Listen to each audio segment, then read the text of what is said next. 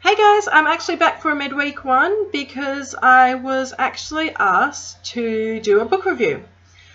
Specifically, a recommended book for people who are really starting out in the world of crystals. What's one of the best ones to begin with?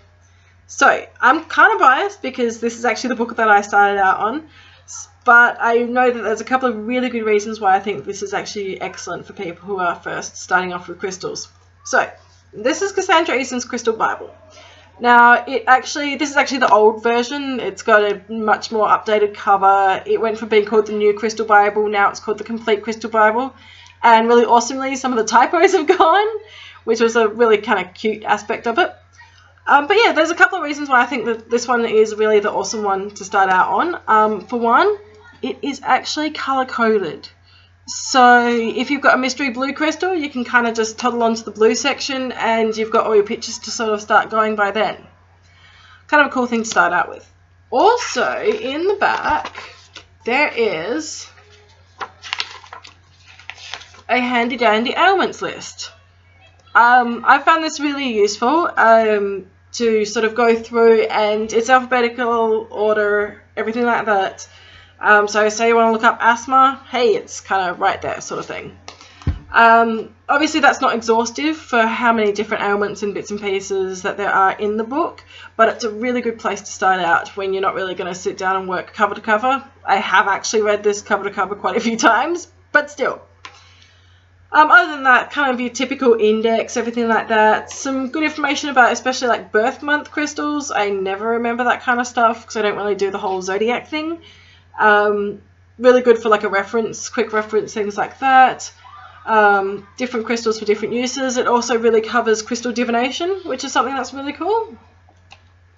And I actually find that it's got like a really good, awesome layout. So this is kind of its general sort of layout. Kind of got a nice picture, everything else like that. And then it kind of starts off with different sort of bits and pieces like the type, what it's sort of made out of, the availability that you're kind of looking for, and then like a sort of a quick section on physical benefits and emotional stuff. That's got this kind of like wall of texty bit in the middle. Really good for fast information. It's also like it's got the magical significances. So if you're using crystal for a magical purpose rather than a healing purpose, there is actually a difference. As well as sort of the divinatory meaning. So if you're building up a set of crystals for divination, it's really useful there as well. And then it's got more of like the lore of the crystal and a bit more of a paragraphy version of the healing purposes. So that's the one I kind of really recommend and go to with that. I, to this day, still use it, and I've been working with crystals for like 12 years. I find it really useful as just a quick reference, as well as to just like, you know, I read it from cover to cover. I'm a crystal nerd, that's what I do. Other than that, I also now need to segue into these amazing books written by somebody who's truly incredible. Yeah, okay, it's kind of me, kind of biased there.